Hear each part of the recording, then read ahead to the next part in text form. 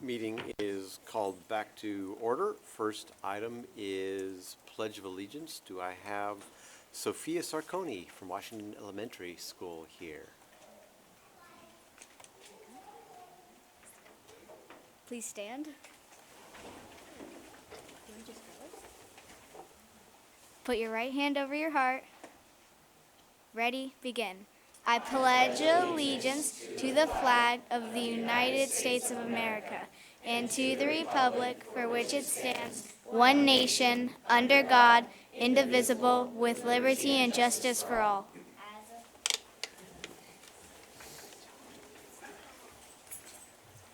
Thank you very much.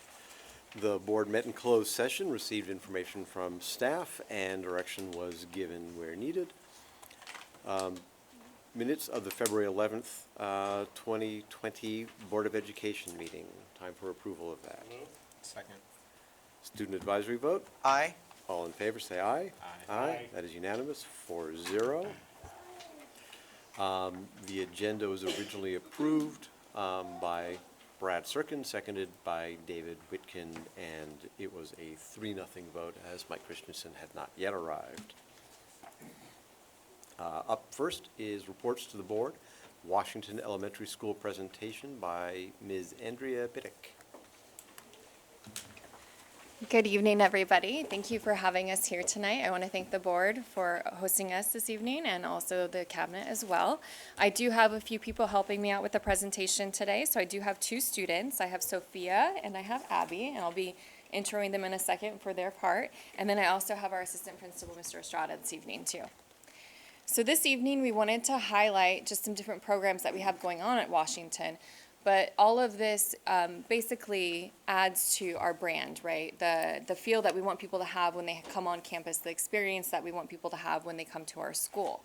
So one of the things that we really focused on to change that is on climate and culture. And part of that is the relationships on campus, whether it be the relationships we have with students, staff relationships, and then also just the connectedness on campus. So we have implemented a few different programs, I would say over the course of the past 2 years, to really focus on that rebranding piece, but that focus on relationships and connectedness. So a few of the things that we've done that we're going to be highlighting this evening are Start with Hello, the Look for the Good project, which is part of the gratitude campaign, our staff spotlight, which we'll also speak about, and relationship mapping. So to start off this evening, I want to also bring this quote. There's a great TED Talk by Rita Pearson, and it's just about connection and about championing for children. And I just thought this is something I wanted to highlight because a lot of the focus of the programs, especially Start with Hello, and the gratitude campaign, and just creating a culture of connectedness for students really encompasses this. So I'm going to go ahead and hand it over to my student leaders, and they're going to talk about 2 of the different projects that we've done on campus. Hi, my name is Abby Harrell. I am a student from Washington Elementary. At my school, I have been selected to be in 2 leadership programs, Young Leaders and Student Leadership. A program we supported in student leadership is called Start with Hello. Start with Hello is about the Sandy Hook Promise of 2012. This program had a healthy impact on our school. During the Start with Hello program, everyone focused on making new friends and making sure that no one was alone. It was amazing what one word could do for a single community like ours at Washington. Something I noticed since the program is that there are very little students that are by themselves or lonely. Now that there are less lonely kids at my school, this lowers the probability of students getting bullied and going into suicide or depression. Hello, my name is Sophia Sarconi, and I am a student leader at Washington Elementary. The gratitude campaign impacted our schools in several ways by making students happier. The gratitude campaign is a 2-week program we provide at Washington. It is basically just a 14-day reminder for gratitude. I personally noticed a change in students' overall mood during the campaign. I observed students showing kind interactions towards each other, as well as some making new friends. We also wrote You Matter letters at the end of 2 weeks, as well as writing our gratitude on sticky notes every day. This has an effect of kids being less lonely. Similar to Start with Hello, I observed less children sitting alone. So in the big picture, the gratitude campaign made us all more thankful for gratitude. To sum it all up, the Start with Hello and Gratitude campaign were about students being able to feel that they belong, and if they were to make the mistake, the people around them would still love and care about them. Thank you for your time.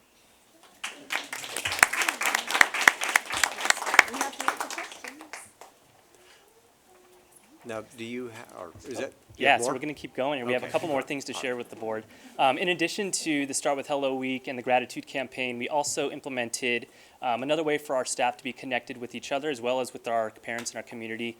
And one of the ways we did that is through the Staff Spotlight. So each week we highlight a different staff member, so certificated, classified staff member. We do this in the e-blast that goes out to parents, to our staff, and then also on our website. And again, it kind of builds the brand of connectedness with our staff. I mean, we have a really large staff, and so it can be easy to kind of get lost in the shuffle without having different ways to be connected. And so on our website, you'll see us highlight a different staff member each week with their passion, what they're passionate about in education or in their role in their position here at school, as well as what they love about Washington. So again, it's a way to bring a connectedness, but also build on our brand. And then the final share this evening is a practice that we implemented this year called relationship mapping. It's a practice that was started actually at the Graduate School of Education at Harvard, and it was based off research done that shows students that have a connection with adult on their campus or at their school are more likely to be successful academically and just to be more well-adjusted. And so instead of leaving that to chance and having students be connected to adults, we put a systematic approach to it. What that looks like, as you can kind of see in the visuals there, is we did a staff meeting at the beginning of the year with our teachers and also with our classified staff. And so we identified students that didn't necessarily have a positive interaction or relationship or mentorship with adults on campus. And then what we did is we paired those students with different adults on campus. So our custodial staff, our office staff, our teachers, myself, and Ms. Biddick, and we all kind of collaborated and selected our students. And then throughout the year, we've also had a chance to do check-ins and talk about successes in our connections with students, talking about some challenges and some barriers that we've come across, and then also a chance to reflect and really kind of hold ourselves accountable to building those relationships throughout the year.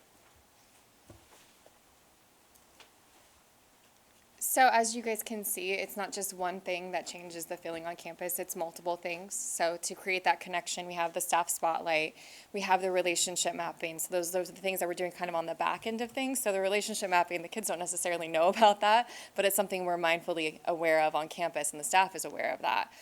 Look for the good, that's something that we get our student leaders involved in, and everybody on campus, including PTA, is involved in that process. Start with hello, the same thing. So all of that goes into having students develop a sense of gratitude, but also having staff members focus on gratitude. That's what helps us define Washington and why we're so proud to represent our school and be Washington RB proud. Thank you guys for hosting us again.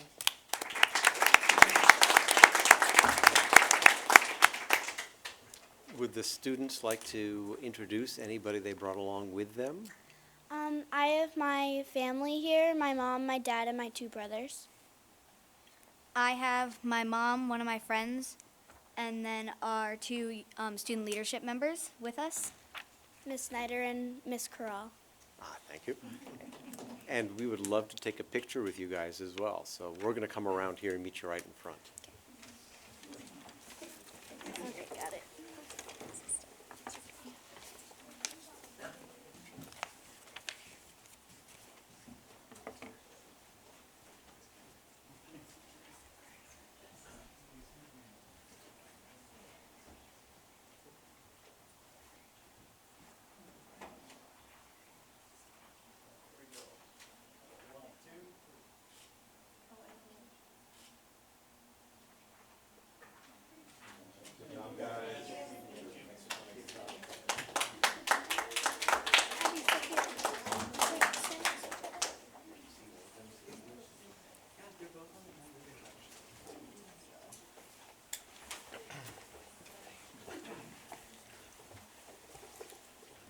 That brings us to the Measure Q Citizens Bond Oversight Committee presentation for the 2018-19 annual report. Dan Elder, Board Chairperson. Hi, good evening. My name is Dan Elder. I'm Chair for the Redondo Beach Unified School District Measure Q Citizens Bond Oversight Committee.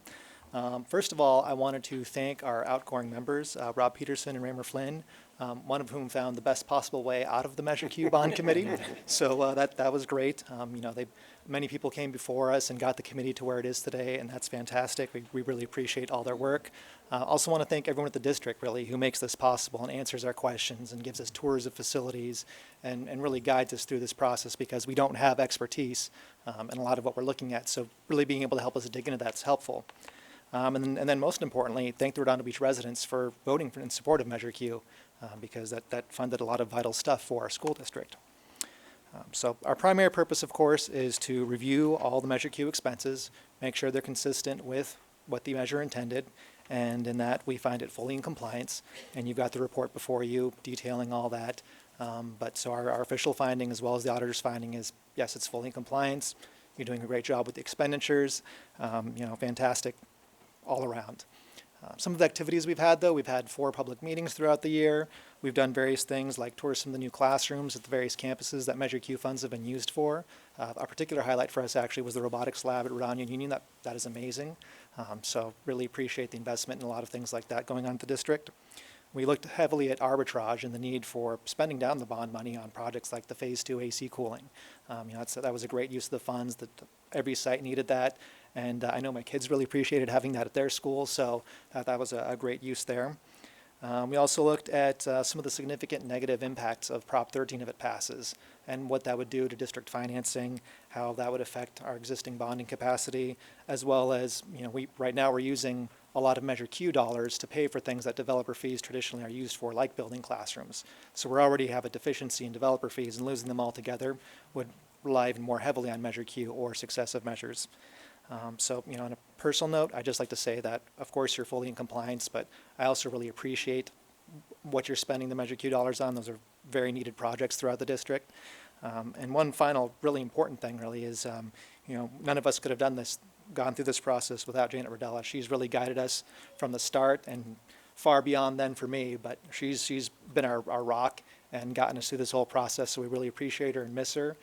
We're excited to work with Dr. Alpern. She's doing great for us.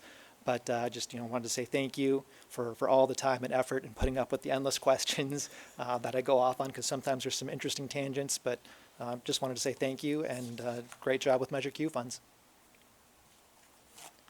Thank you very much. Any board members have any questions on this? Yes, check all the boxes. Yes. Yeah, thanks for serving. We appreciate your service. Absolutely. Thank you. Have a good night. Student board member reports. Sergio Godinez. Last February 12th, we had another phenomenal Are You Ready night, kind of getting all of the 8th graders from the 3 middle schools kind of excited about everything we have to offer here at Redondo. Once again, ASB was phenomenal. Link Crew was there in full force, and then just a big thanks to Ms. Staub for amazing directing the presentation inside. That was great.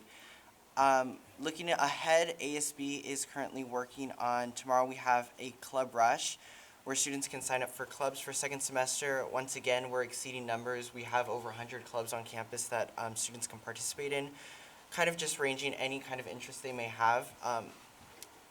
And then we also have our blood drive coming up sometime in March, and I will get back to the board with more information if you guys would like to attend and donate blood, because every pint does save 3 lives. And that's it for me. Perfect.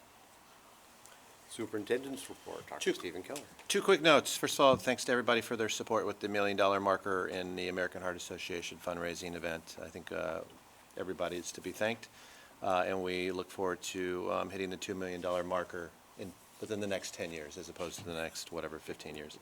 And also, I will share more about the logo when we get to that actual agenda item. Thanks. All right. Hearing section. Members of the audience may address the board on any topic regardless whether it is listed on the agenda. However, due to Brown Act regulations, the board cannot engage in public discussion on items not on the agenda. Topics not on the agenda which are brought to the board's attention may be investigated by the administration and a report made to the board either publicly or privately at a future meeting. Comments from visitors shall not exceed 3 minutes unless the time is waived by a majority of the board. The board shall limit the total time for public input on each item to 20 minutes. With board consent, the president may increase or decrease time allowed for public presentation depending on the topic and number of persons wishing to be heard. So first up, I have two advanced written requests. The first one is Mr. Brian Pressman.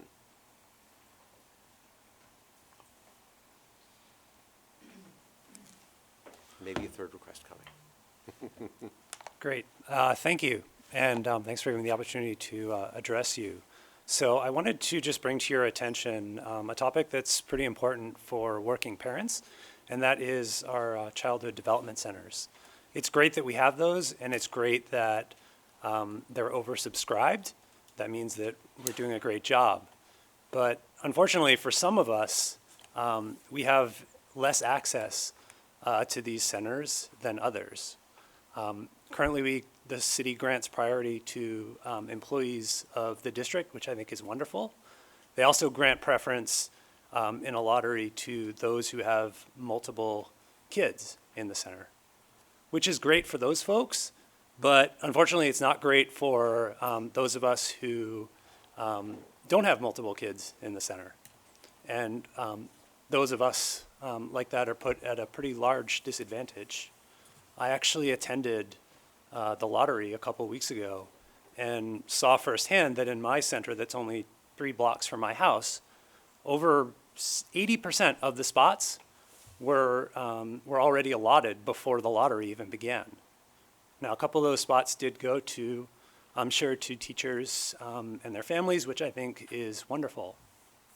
But again, for those of us who don't have multiple kids, we were really at the back of the line. And why this is important is because the Childhood Development Center, it's a public good. Your oversight of these centers is an example of overhead that the center receives. So even though that it is self-funding, which is great, it still receives public support.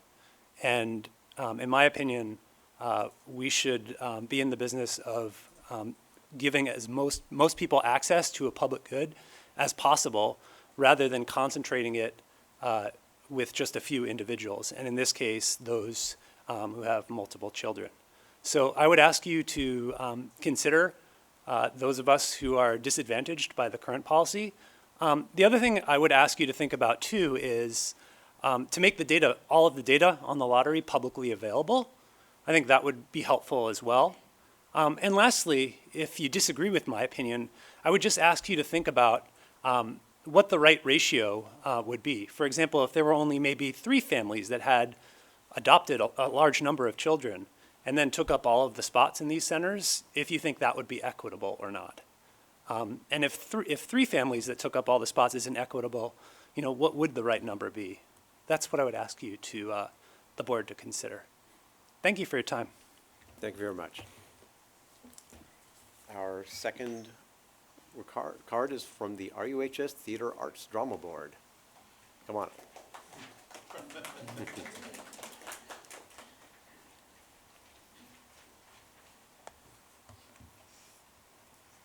Good evening, members of the board and Superintendent Dr. Keller. My name is Kayla Louie, and I am the Drama Board President at Redondo Union High School, along with playing the role of Kathy in our upcoming spring musical.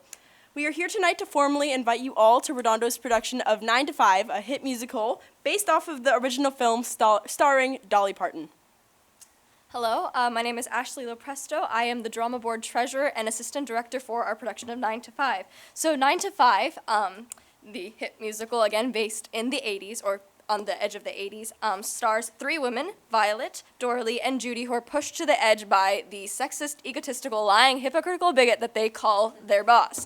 And once their fantasies of finally stopping him once and for all somehow appear to become a reality, they take control of their office and turn things for the better.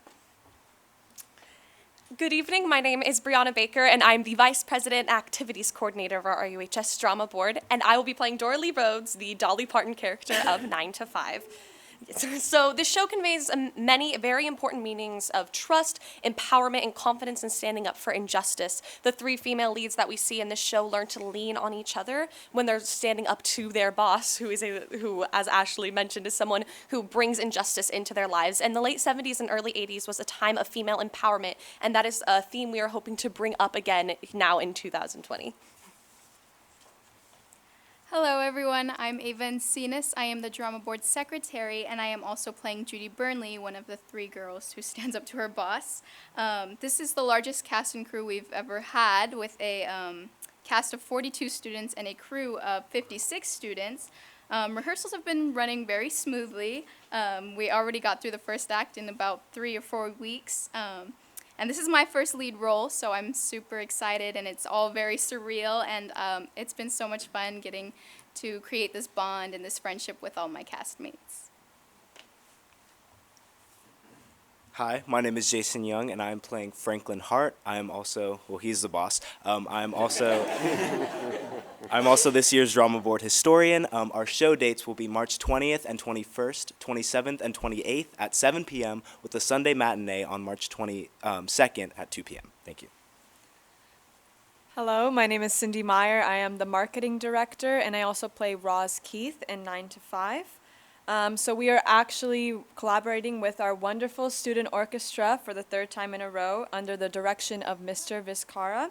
And while our cast and crew have been working hard in the auditorium, our orchestra is right next door, getting ready for us to practice with them before opening night. And we are very lucky to have this professional experience. Hello everyone, I'm Sophia Turcott. I'm this year's thespian clerk and sound designer for the production. Our tech crew has been working since January to bring this bright and colorful show to life. It's set in 1979, so it's really fun and has a really unique style. So this show, we're really fortunate to be able to incorporate projections, digital projections, LED technology, and moving lights into our show. Hi, my name is Owen Haddad. I'm our improv manager on Drama Board, and I'm also the lighting lead for 9 to 5.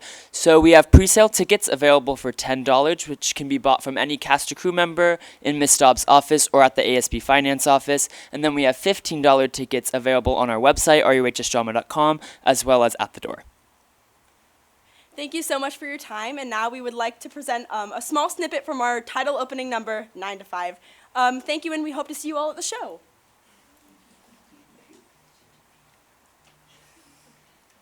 Tumble out of bed and I stumble in the kitchen. Pour myself a cup of ambition. Yawn and stretch and try to come to life.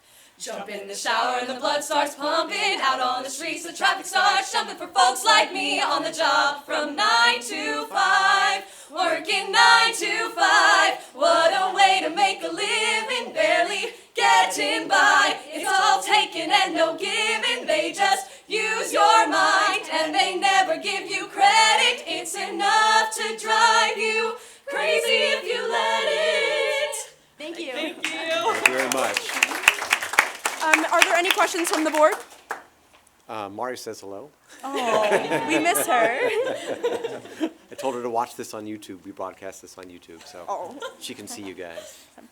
Well, thank you for your time. We look forward to seeing it. Thank you. Thank you. Thank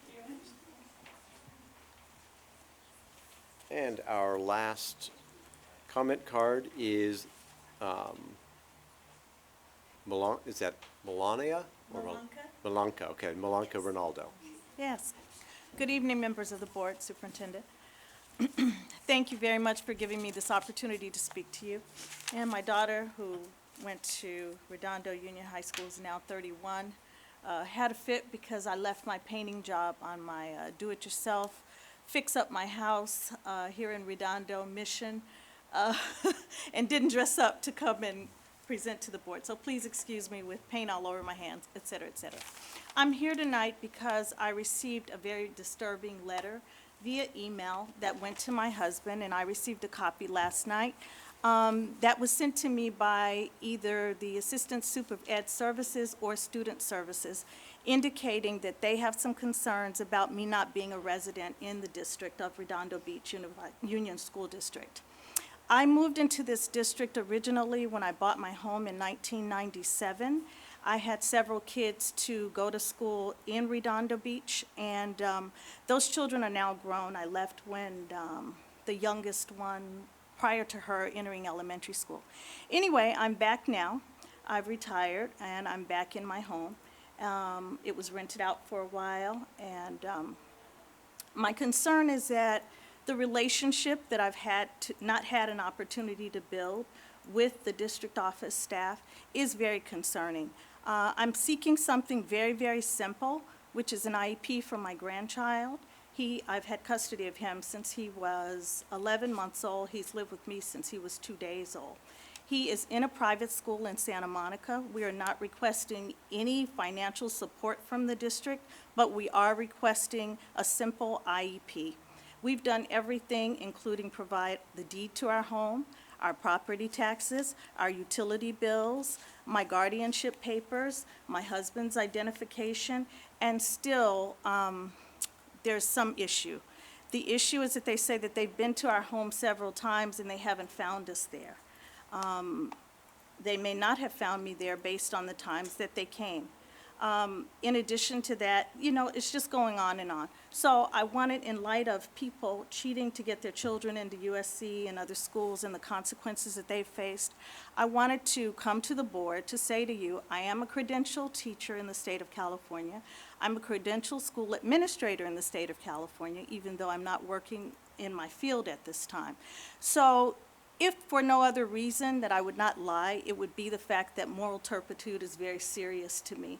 So I would not lie to say that I'm a member of this community if I were not, and I just wanted to make that clear. You have my address. Right now, things are a bit of a mess. Unfortunately, it's not construction as the district staff member said it was. It's me on a do-it-yourself project that got to be bigger than I am when I decided to put 2 by 4 foot tiles in my house, and I'm only 4'11" and a half. So it's turned into a chaotic mess, but I am a resident here. I don't have another home, unfortunately, anywhere else. My grandson will never attend school here, but I'm very grateful to see the wonderful job that's being done with the young people here. I did want to come to you tonight, though, and make this very public, that I am a resident. You're all invited over to see how things turn out with my 2 by 4 tiles that I'm putting in the living room and dining room. But I think that things could have been handled differently. I went through due process with my daughter, Kristen, who was a student in Redondo Beach, all the way to the state level. It was nasty. It was horrible. After that, we left the district.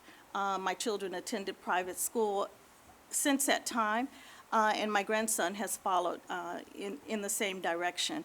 But what I'm seeking is something very, very simple. It's something that even though I wasn't a resident in Santa Monica, Malibu district, that they allowed me to have him tested in elementary and middle school. They did the IEP for me. Unfortunately, the law has changed now, and I have to get this done in Redondo Beach in order to have it done so that the school itself can continue to work with us to get the things that my grandson needs. So I'm asking for your support. Research it. We've had some pretty bad exchanges so far. Nothing unprofessional, but just exchanges that I would not like to continue to have. So if you need to come by, sending somebody from Family First to come, whether they knock on the door or not, I don't know, I've never heard them. On the date they said, February 12th, the person came by. It was my son's birthday. I have one other disabled child who is there 99% of the time unless the caregiver takes him out or unless we take him out.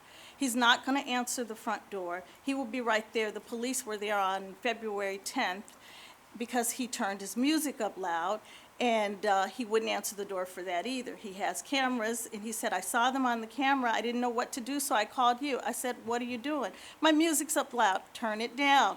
I talked to the police department because I've already reported to them my son's condition, so they called me. Okay, so just want to say that on the 12th, that was his birthday, and we were all there. In fact, we were outside in the front laughing at the mess that I have out there. So just wanted to bring it to your attention, ask you, please research it, please look into it. You have my phone number, my address. If you need something, please feel free to reach out. My husband worked in Lawndale up until 3 years ago. he was at William Green School for 10, 12 years. We wouldn't lie and say we were here if we weren't here. Thank you so much.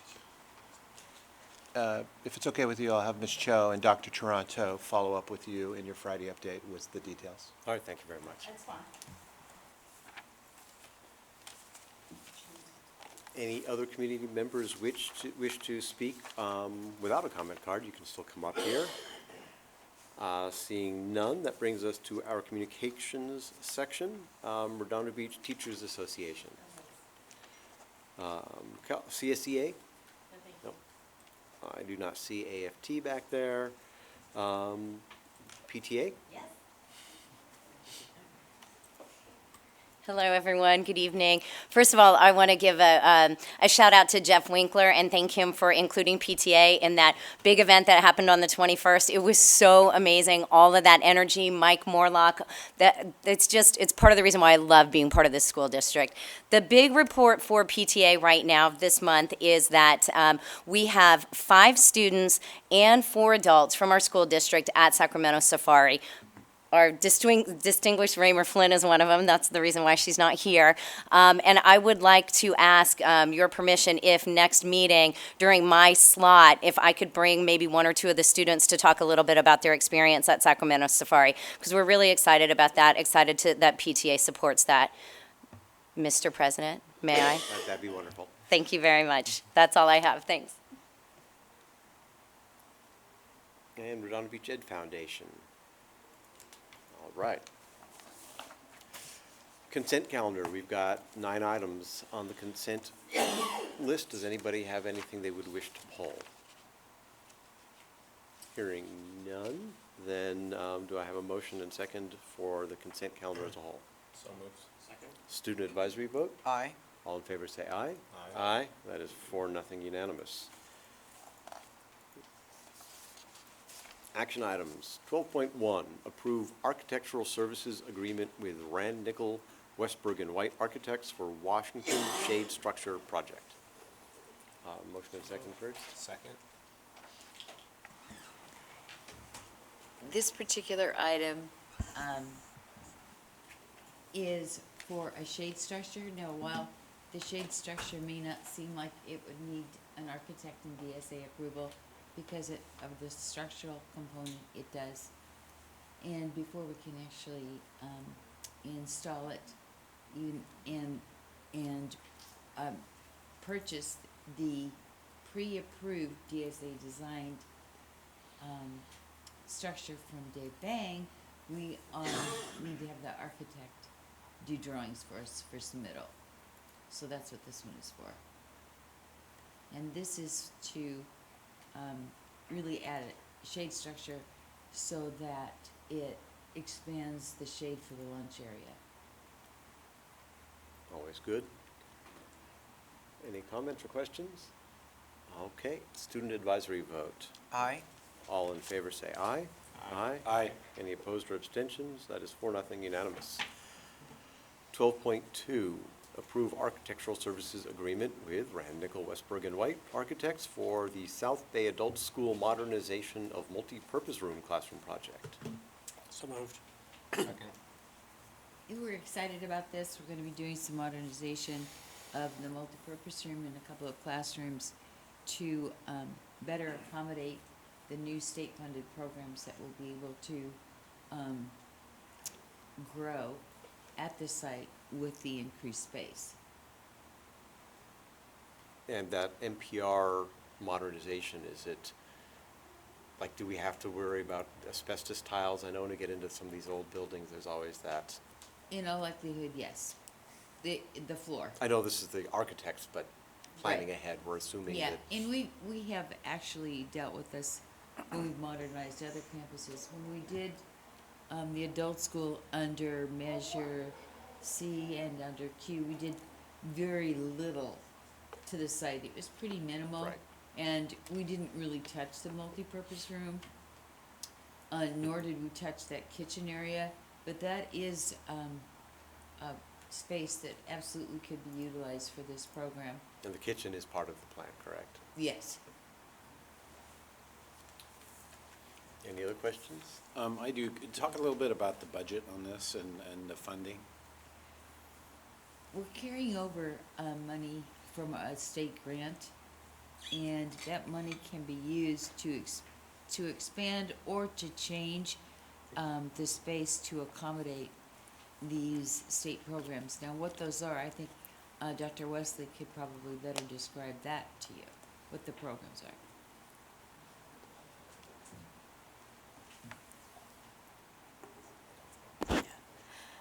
So that's, I believe Drew talked about that when he presented, but that has to do with our pathways and our relationship with El Camino.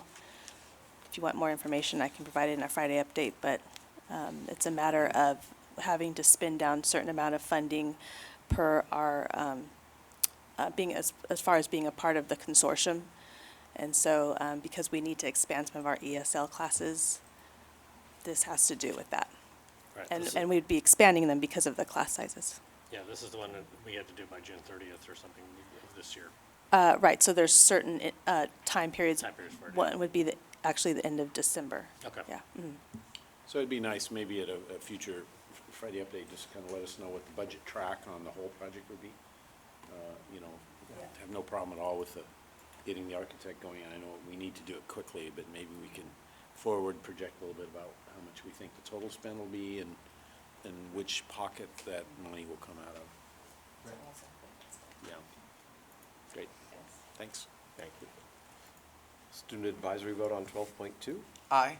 All in favor of 12.2, say aye. Aye. Aye. Any opposed or abstentions? That is 4-0 unanimous. 12.3, approve participation in Sourcewell's Porter Corporation contract number 030117-PPC with the National Joint Powers Alliance for the purchase of materials and installation of a lunch shade structure at Washington Elementary School. We are using the Sourcewell and this particular contract to purchase the shade structure from Dave Bang. Student advisory vote? Aye. All in favor say aye. Aye. Any opposed or abstentions? That is 4-0 unanimous. For 12.4, approve the Occupational Health and Safety Services Agreement with Kaiser Permanente. So moved. Second. Right now, we have a contract with Exer where we're able to send employees for fit for duty, et cetera. And we also send employees to Kaiser for workers' comp type employee, on the job injuries, et cetera. And we're impressed with our relationship with Kaiser and the doctors there.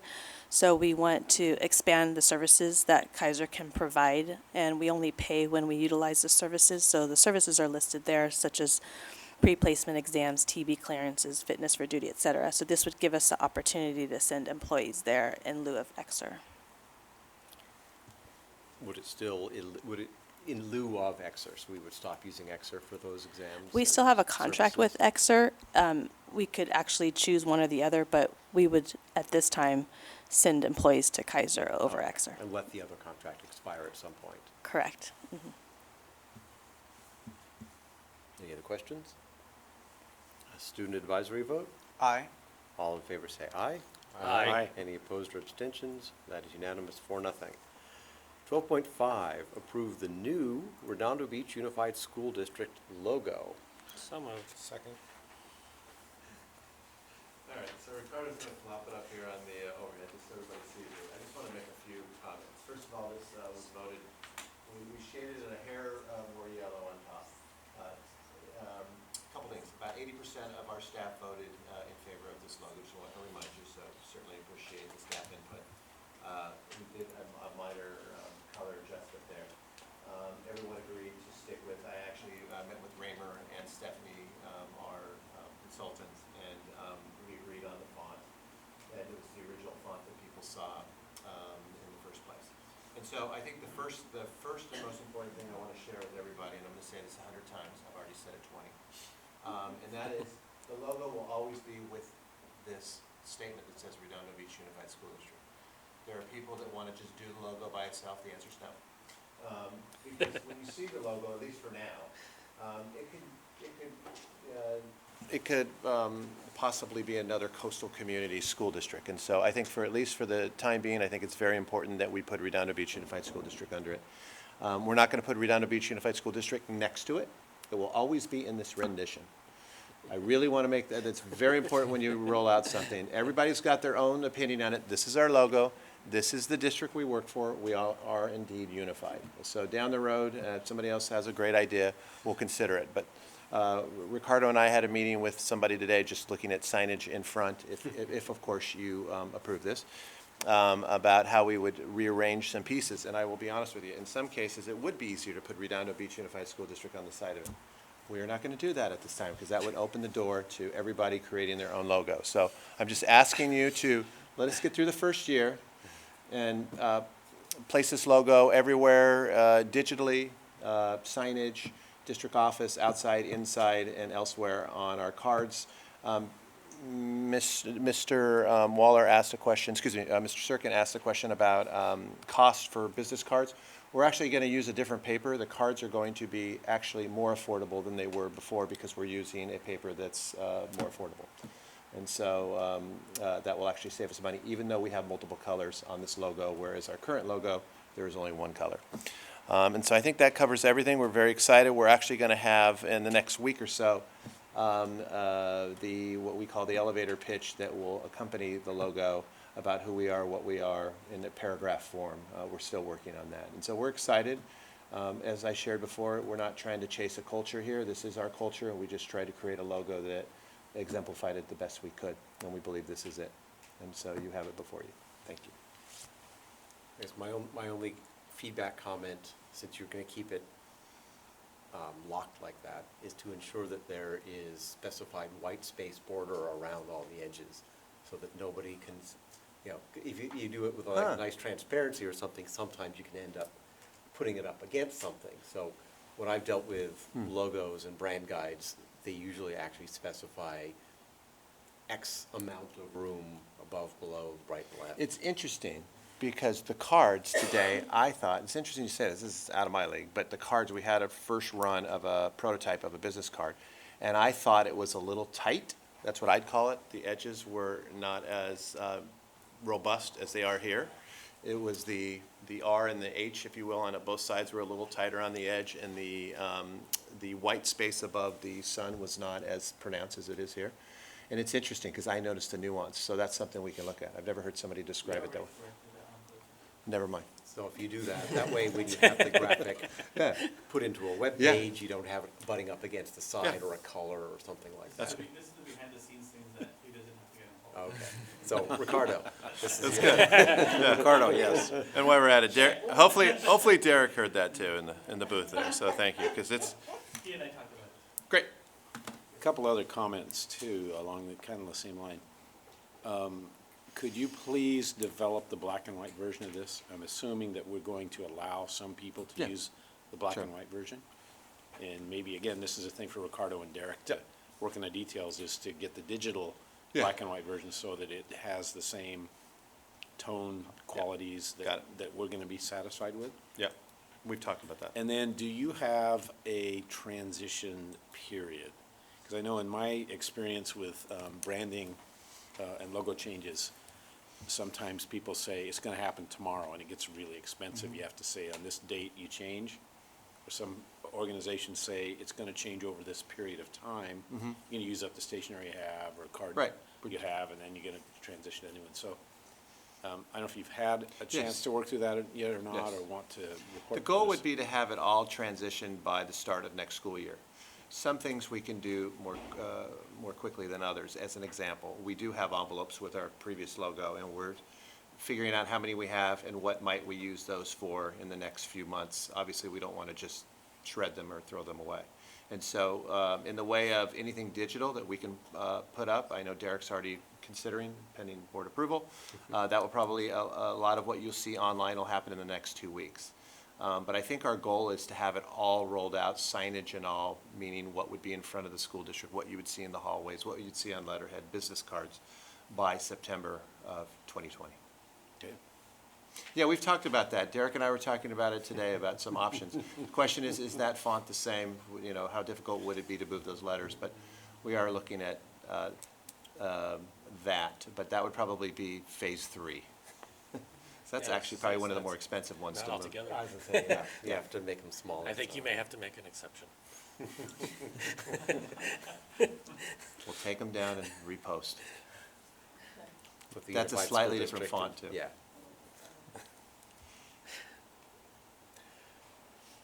Student advisory vote on the logo. Aye. All in favor of the logo, say aye. Aye. Aye. Any opposed or abstentions? That is unanimous, 4-0. We have a new logo. Congratulations. I'll look at the website right now. No. It's not accurate, right? No, it's not. I'll take it, Derek's waiting to hit the button.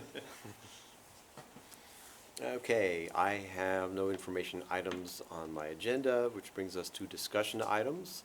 14.1, receive for first reading the following board policies, administrative regulations, and exhibits, which are listed in the agenda and available for review at the district office. Does anybody have any feedback on any of those guys?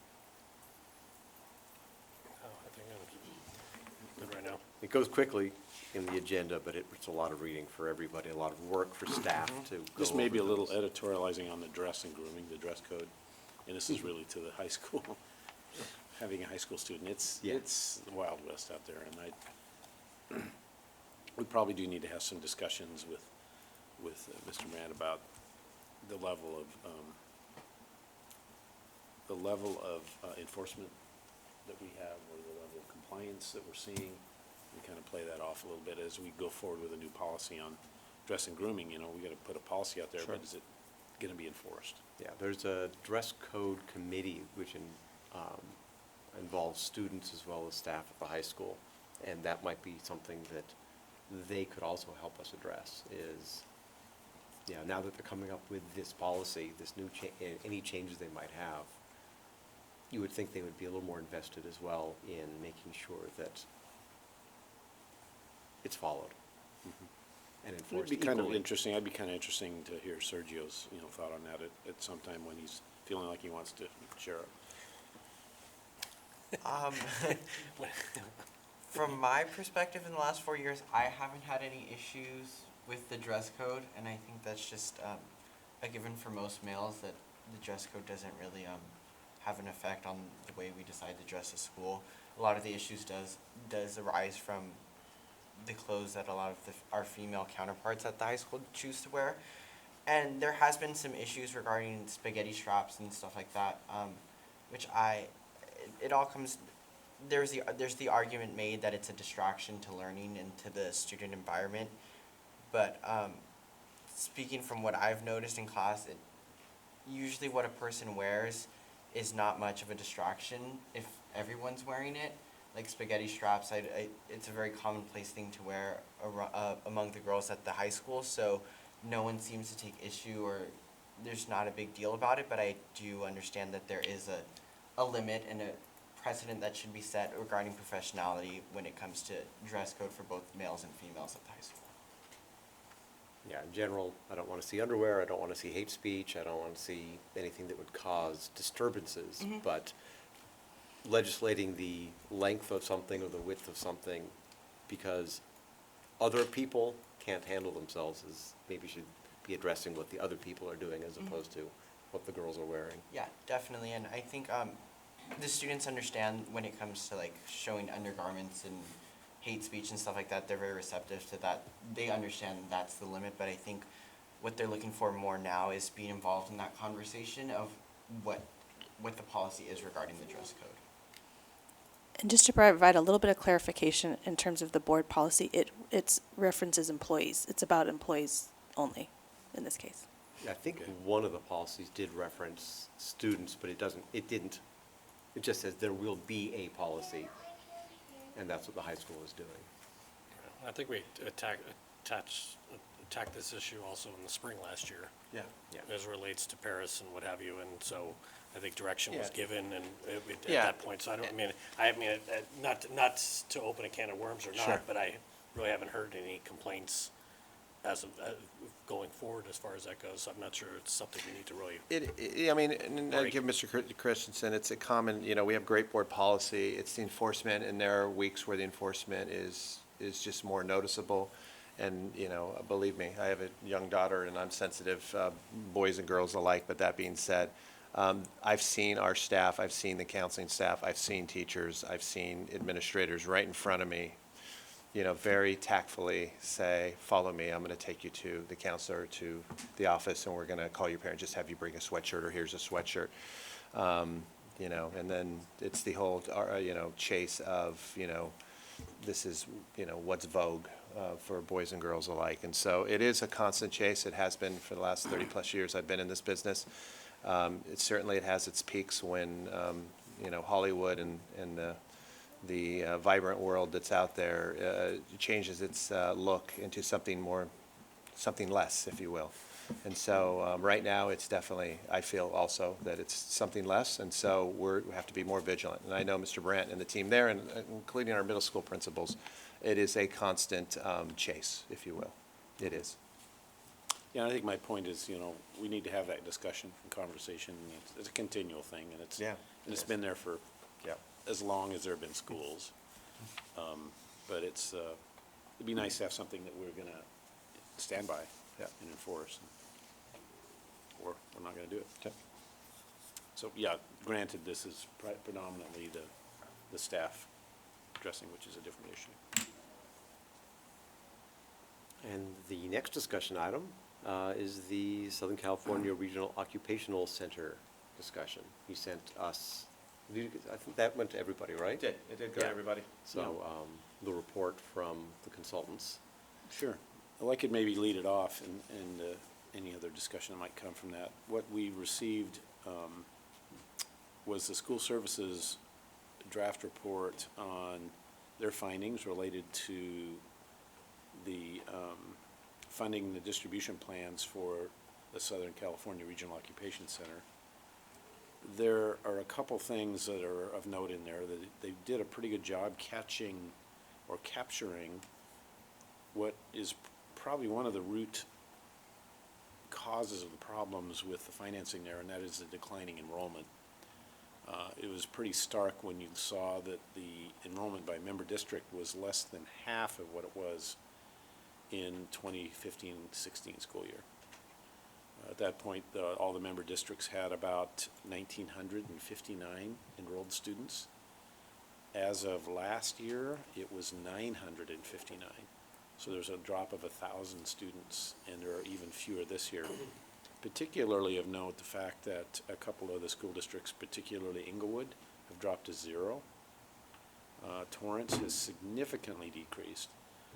There have been some changes and decreases in the other South Bay districts, not nearly to that level from a percentage standpoint. And, you know, as you know, all the educators know that when you have a declining head count on the students, you know, that really wreaks havoc with funding, particularly the fixed cost elements of the budget that SoCal Rock has to deal with.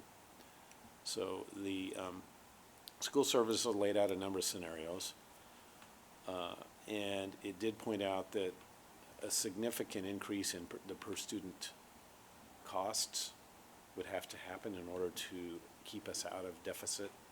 We're in deficit spending with SoCal Rock as it is right now. We did have the 4321 funding that the state gave us, but it's going to run out. And you saw if you looked at the report, you saw that there is only one of those 4 options that gets us where we need to go, and that adds about $1,000 to the 1, 2, 3, 4. Actually, considerably more than that. So it's going to go. This has not gone to the SoCal Rock board. That happens on Thursday. So we're going to have I'm sure, a pretty robust discussion. We're going to have school services present. We're going to be peppering them with a lot of questions, maybe about some other options that aren't in here, or perhaps some options that split between the ones that were presented. So perhaps any of you that would like to get information to me, with all due respect to Brown Act, you know, if you could let me know what you have. And Dr. Keller, I think you already gave me a little bit of input from your perspective. And I actually read it twice, and I took some notes. I think the most amplified issue that I took from it was how many classrooms remain vacant. And so from a programmatic standpoint, that's a dream for a place like us. I mean, I wish we had open classrooms like that to grow, program, and what have you. And so I just see it as a great growth opportunity. I think the financial models are fair to throw out options 1, 2, 3, 4. I think we're looking at a way to keep it going. I think that's where we're coming from, our board. If SCROC can figure out a way to kind of push through and be more of a magnetic program for kids and families. I do think leadership is a big piece of it, and I will continue to advocate. I want to know where, if we're going to invest, at least if I'm going to recommend to this board, we're going to invest more per kid.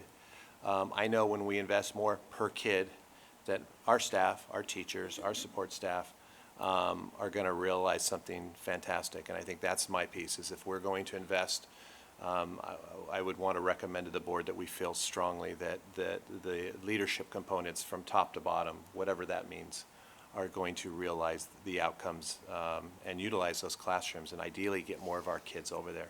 Because, I mean, our high school would love to have more students there. It's actually a significant bonus for us to have more kids there. I think that attitude is generally shared among the South Bay districts. The one difference is being Torrance. Torrance seems to have put together a business model that has them replicating a lot of that capacity within their own district. Right. And of course, they're a slightly larger district, so they maybe have that capability. Yeah. One of the things they're pushing very hard is to look at the cost per unit and per course, and then you do a cost comparison. If they can do it for less, they want to do it themselves, which does undercut the rest of the JPA's strategy a little bit. But one of the things you saw in the school services report was a requirement to have SoCal Rock do a better job determining the actual cost per class. Yeah. So I believe you can trust that will go forward, and we'll be able to come up with some cost information. The other thing that is in this recommendation that we're probably going to be leaning towards is a little more collaborative efforts between the member districts and SoCal Rock on establishing the curricula. In other words, what classes do we, RBUSD, want to see SoCal Rock offer? And once we get a little more visibility, it's the actual cost of those classes. So perhaps, this would be, a good thing we could be handing to the cabinet here is maybe take a little bit of time and look at what the offerings are at SoCal Rock and what kind of offerings would you like to see? What kind of offerings do you think are not adding value that we could get rid of? And to do that in light of some information you don't have now, and that's what are the costs of providing those classes, which affect SoCal Rock's financial viability. So those are all considerations. There's no firm recommendation at this point other than you have a pretty good idea how many years we have left if we don't make a change. And I think it behooves us to make a change, but focus that change on things that will impact our district and our kids in a positive way that we can afford. Yeah, I don't think that there's anybody on the board left that was part of the committee that originally met to come up with a funding formula. Involved superintendents, board members, staff, and all that. Yeah. But, the big, thing that people always wanted was what was the cost per class. But it's difficult to do because, again, it's, do you include the overhead or you don't include the overhead? There are a lot of long discussions over how to do it. Is it worth figuring it out? And after a couple months of meeting, the group pretty much decided that in the grand scheme of things, the 1, 2, 3, 4 just works for everybody and it'll balance out. Somebody will take welding, the next year somebody else, they'll take ASL or something like that. And they weren't, at that point, worried about the individual costs.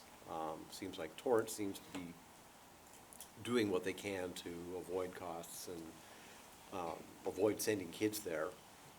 But if the board that's there wants to look at the costs for every class, I might urge that they maybe group them into pools instead of getting down to the dollar and cent level, because that, I think, will end up being very difficult and costing a lot of money just to figure out what the costs are.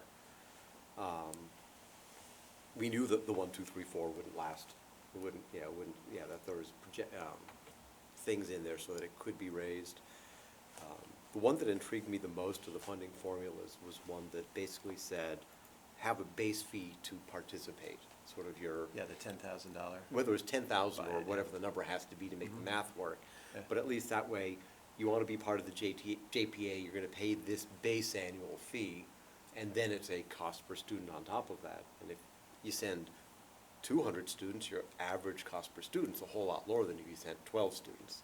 And so I think that also incentivizes the districts to utilize it. And I will send you some thoughts as well on some curriculum programs that I think would make a bit of a difference there. Things that, I talked about when I was on the board there that, have never come to fruition. I haven't seen them do anything on that I think would make a lot of sense. The vacant classrooms, that's the thing that scared me. Yeah. I saw that, and it was just like, if you've got that many vacant classrooms. Sure. Interestingly, the SCROC board is about to close in on a deal with a private school that has been in discussions with them for about 4 months now on the utilization of those classrooms. In fact, they wanted to snap up almost every bit of that capacity. Wow. And possibly even start to utilize some of the SoCal Rock curricula as well. So we're looking at the devil's in the details on that deal, and a little concerned over the term. But there is something in the works there. What grade level is that? High school? It would be high school. Okay.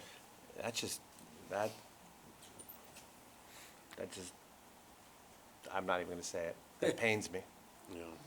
There's so much possibility at SCROC, so much possibility, and that's conceding, throwing up the red flag to me. Mm-hmm. There's another school district that's interested in joining the JPA, an inner city district. That would be good. That could work well with this. So there's a lot of moving parts here. So please feed me your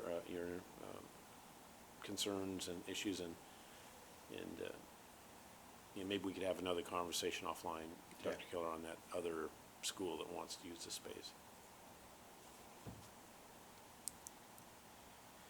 All right. That's it for this discussion. Thank you. I have no correspondence. Does anybody have any correspondence? Board member reports. Mr. Whitkin? No report. Mr. Christensen? Nothing this week. Mr. Serkin?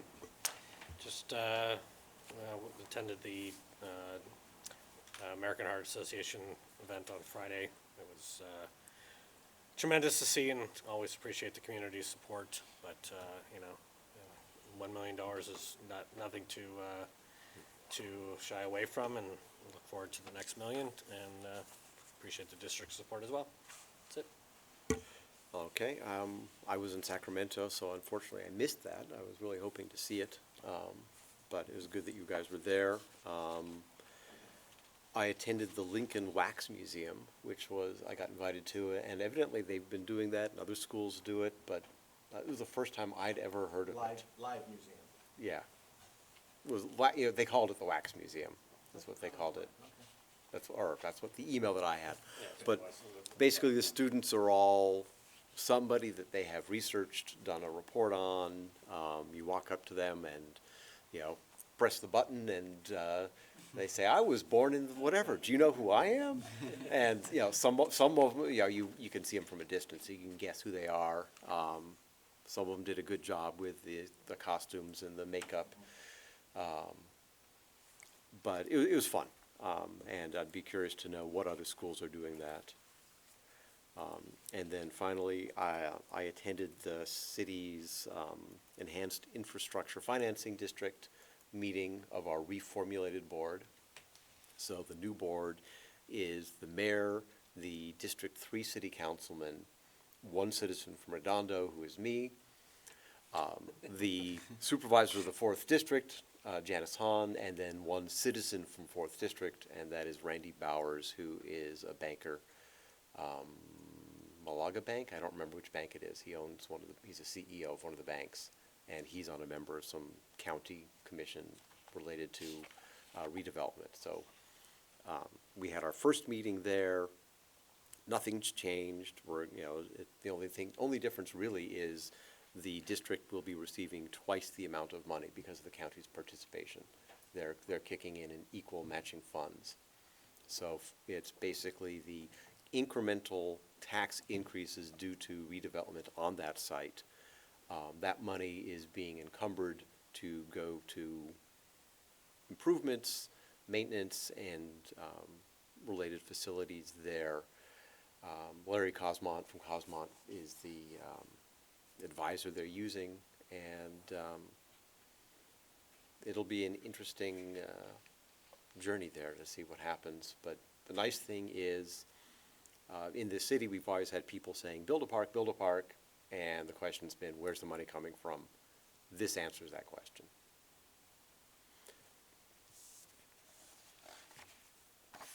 And then calendar of events. March 10th, our next board meeting here, 5:30 tentatively closed session, 6 p.m. open session. March 24th, next board meeting, same times. April 6th through 10th is our spring recess.